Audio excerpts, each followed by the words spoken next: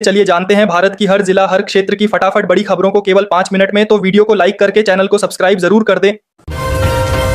राहुल गांधी ने बिहार चुनाव पर बड़ा आरोप लगाया है। उनका कहना है कि बिहार में वोट चोरी हुई है, गरीबों के नाम वोटर लिस्ट से हटाए गए हैं और यह सब एक सुनियोजित साजिश के तहत किया गया है। राहुल ने इसे संविधान पर हमला बताया है। पश्चिम बंगाल में चुनावी रफ्तार तेज है। चुनाव आयोग 21 नवंबर से ईवीएम जांच शुरू करेगा। भाजपा 1000 से अधिक सीएए शिविर और हर महीने मोदी की एक सभा की तैयारी में है। उधर टीएमसी का कहना है कि वे इस बार 215 से 250 से ज्यादा सीटें जीत सकती हैं। बंगाल चुनाव नजदीक आते ही राजनीति गर्म हो गई है। हर पार्टी अपना वोट बैंक मजबूत करने में लगी है और माहौल पूरी तरह चुनावी मोड में पहुंच चुका है। आप सांसद संजय सिंह ने कहा कि बिहार के चुनाव नतीजे हाईजैक हो चुके हैं। लोकतंत्र पर यह सबसे बड़ा हमला है और जनता के मंडेट को खुले तौर पर कुचला गया है। दिल्ली के लाल किले के पास हुए कार घटना की जांच में बड़ा खुलासा हुआ है। संदिग्ध डॉक्टर उमर घटना से पहले प्रधानमंत्री आवास के पास घूमता दिखा था। सुरक्षा एजेंसियां अब उसके हर मूवमेंट खंगाल रही हैं। बिहार चुनाव 2025 में एनडीए को भारी समर्थन मिला है और नीतीश कुमार 10वीं बार मुख्यमंत्री बनने की कगार पर हैं। राज्य की राजनीति एक बार फिर बड़े बदलाव के दौर में है। सपा प्रमुख अखिलेश यादव ने कहा है कि बिहार में भाजपा अपनी जीत अपने दम पर नहीं बल्कि पूरी तरह सरकारी मशीनरी के सहारे हासिल करती है और जनता की भूमिका इसमें कम है। एसआईआर और ईवीएम को लेकर उनके बयान पर ओवैसी भड़क गए हैं और सीधे कहा कि अखिलेश, तुम कब तक इस तरह की बकवास करते रहोगे, इसका कोई अंत नहीं है। राहुल गांधी के खिलाफ मानहानि मुकदमे की सुनवाई अब 6 दिसंबर तक स्थगित कर दी गई है। यह मामला आरएसएस से जुड़ा हुआ है। संजय जायसवाल ने कहा है कि राहुल गांधी जब भी बोलते हैं उसका फायदा हमेशा भारतीय जनता पार्टी को ही होता है और विपक्ष इसका असर नहीं दिखा पाता है। भारत अब रूस से कच्चा तेल का दूसरा सबसे बड़ा खरीदार बन गया है। अक्टूबर महीने में देश ने 22,117 करोड़ रुपए का तेल इंपोर्ट किया है। आईजीएल ने सीएनजी के दाम बढ़ा दिए हैं। नोएडा और गाजियाबाद के साथ आसपास के इलाकों में कीमतें पहले से अधिक हो गई हैं। अमेरिका में बर्ड फ्लू वायरस से एक मरीज संक्रमित पाया गया है और एक्सपर्ट्स ने महामारी फैलने की चेतावनी दी है। पाकिस्तान खालिस्तानी तत्वों के जरिए हिंदुओं और सिखों के बीच दरार डालने की कोशिश कर रहा है और यह लगातार चिंता का विषय है।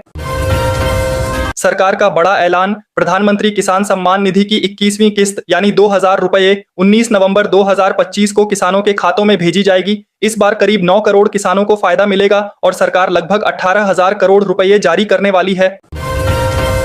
एनडीए की प्रचंड जीत के बाद प्रधानमंत्री नरेंद्र मोदी ने कहा है कि बिहार ने दुनिया को यह दिखा दिया कि राजनीति में ताकत किसे कहते हैं और जनता की भूमिका अहम है।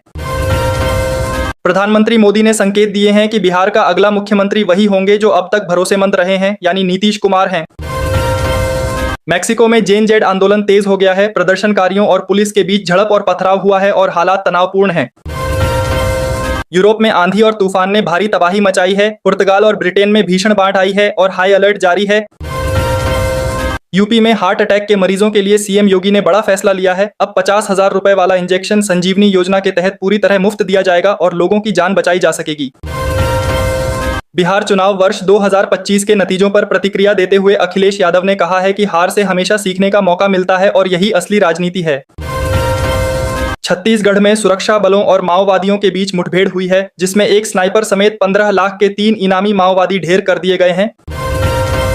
मोदी ने कहा है कि बिहार की जनता ने जाति की राजनीति को ठुकरा दिया है और जिन्हें हार मिली है उन्हें इस सदमे से बाहर आने में महीनों लगेंगे। पीएम मोदी ने उत्तराखंड के लिए 3 आवासीय छात्रावासों का वर्चुअल शिलान्यास किया है और छात्रों को बेहतर शिक्षा और सुरक्षित आवास मिलेगा। गाजियाबाद में प्रदूषण और बढ़ गया है। संजय नगर की हवा गंभीर श्रेणी में पहुंच गई है और लोगों की सेहत खतरे में है। योगी कैबिनेट ने शुक्रवार को कई अहम फैसले लिए हैं, जिसमें किसानों के लिए खेतों में सोलर पंप लगाने और प्रधानमंत्री कुसुम योजना का लाभ बढ़ाने का निर्णय शामिल है। मुख्यमंत्री योगी आदित्यनाथ के विजन से अयोध्या की तस्वीर बदल गई है और यह धार्मिक नगरी अब वैश्विक स्तर पर विकास का रोल मॉडल बन चुकी है।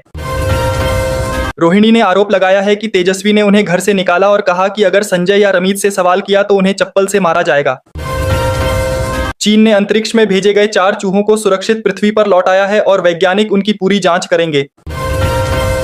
पाकिस्तान और अफगानिस्तान के बीच तीसरे दौर की वार्ता विफल हो गई है और दोनों देशों के बीच तनाव बरकरार है। उत्तर और मध्य भारत में ठंड का दबाव बढ़ रहा है। मौसम विभाग ने अगले 2 दिनों में तेज शीतलहर की चेतावनी दी है। सुबह शाम की ठिठुरन लोगों की मुश्किलें बढ़ाने वाली है। सरकार ने डिजिटल ग्रामीण भारत मिशन 2025 का ऐलान किया है। गांवों में तेज इंटरनेट, डिजिटल बैंकिंग और ई लर्निंग को बढ़ावा देकर ग्रामीण जिंदगी को पूरी तरह हाईटेक बनाने की तैयारी शुरू हो गई है। भारत में बढ़ते प्रदूषण को विशेषज्ञ अदृश्य खतरा मान रहे हैं। हवा में सूक्ष्म कण बढ़ने से स्वास्थ्य पर असर पड़ रहा है और मास्क पहनना व घर की हवा साफ रखना जरूरी बताया गया है। उत्तर प्रदेश में SIR प्रक्रिया के दौरान महिलाओं को अपने मायके की जानकारी देनी होगी और पात्र महिलाओं को सिस्टम में अलग से चिह्नित किया जाएगा। नेपाल के बाद मैक्सिको में भी जनजीत सड़क पर उतर आई है। राष्ट्रपति के खिलाफ हजारों युवाओं ने पारदर्शिता और रोजगार को लेकर विरोध जताया है। पहाड़ी हवाओं से झारखंड में ठंड बढ़ गई है। कई जिलों में पारा 6 डिग्री तक पहुंच गया और मौसम विभाग ने आज रांची समेत 12 जिलों में शीतलहर का अलर्ट जारी किया है।